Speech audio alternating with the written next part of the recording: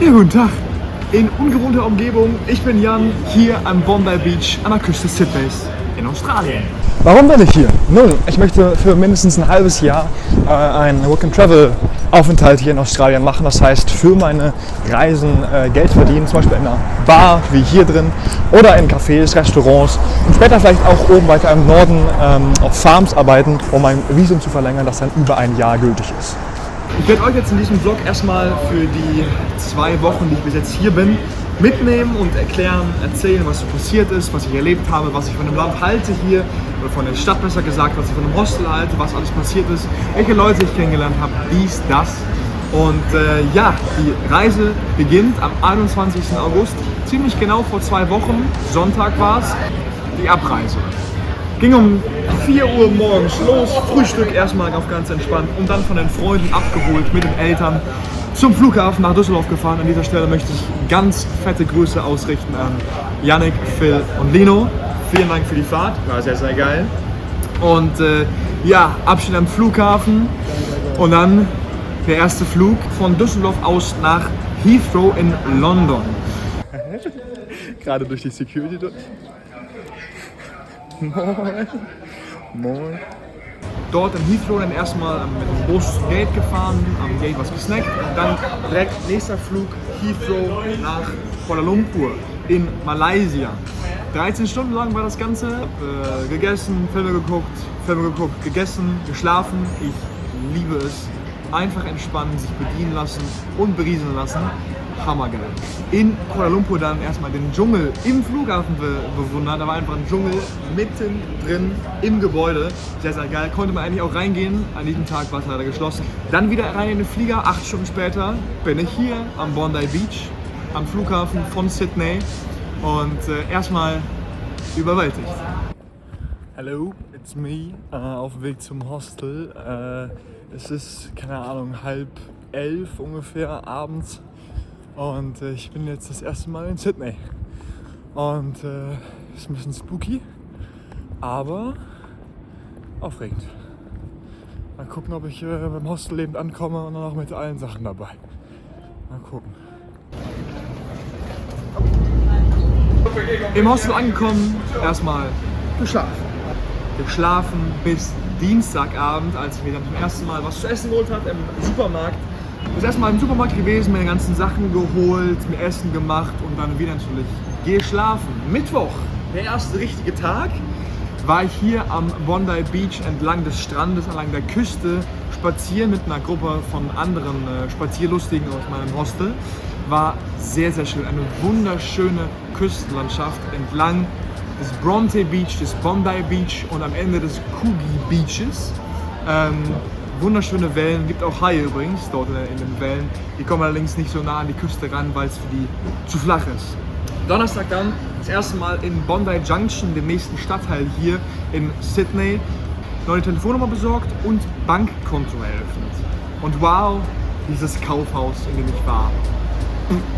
Es ist einfach so sauber und so aufgeräumt und es riecht gut und es ist eine gute Auswahl von allem. Es ist alles so schön und wirklich es ist unglaublich.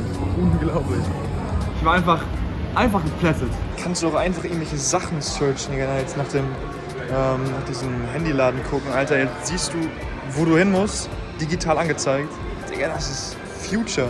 Ich war einfach voller Bewunderung. Es ist wirklich überall Restaurants, überall was zu essen, überall noch eine neue Treppe nach oben, einfach ein Kino in einem Kaufhaus. Digga, wieder so richtig Hype auf Pferd und Scheibenkleister. Ich bin einfach nur fasziniert. Speziell in der ersten Woche meines Aufenthalts, aber auch in der zweiten Woche habe ich mega liebe, nette, freundliche Menschen kennengelernt, die mich bis jetzt auf meiner Reise begleitet haben. Meistens Argentinier, ganz viel aber auch Spanier, Franzosen, teilweise auch Deutsche, mit denen ich auf Partys gegangen bin, mit denen ich gekocht habe, mit denen ich einfach Spaß gehabt habe. Alles freundliche, nette Menschen. Kommen wir jetzt mal zu meinen Eindrücken zu Sydney, Australien und meinem Hostel hier. Erstmal Bondi Beach, wunderschön. Wunderschöner Strand. Ich war an einem sonnigen Tag bis jetzt am Bondi Beach. Bin noch nicht in den Wellen gewesen, aber schon von außen sah es einfach spektakulär gut aus. Hier surfen so viele Leute, 24/7 gefühlt. Es ist ein Traum von einem Strand auf jeden Fall. Zweitens, Kartenzahlung. Kartenzahlung, du bezahlst sie nicht in bar, überall ist die sogenannte Tipcard.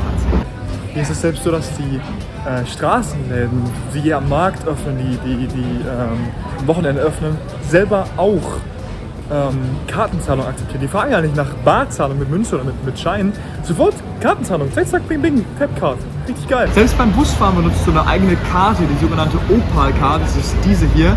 Die nutzt du beim Einsteigen, hältst sie an ein Gerät, bing macht's. Und wenn du wieder aussteigst an der Station, macht es auch wieder bing. Und die wird ja dementsprechend mit Betrag abgebucht von deinem Opal-Konto.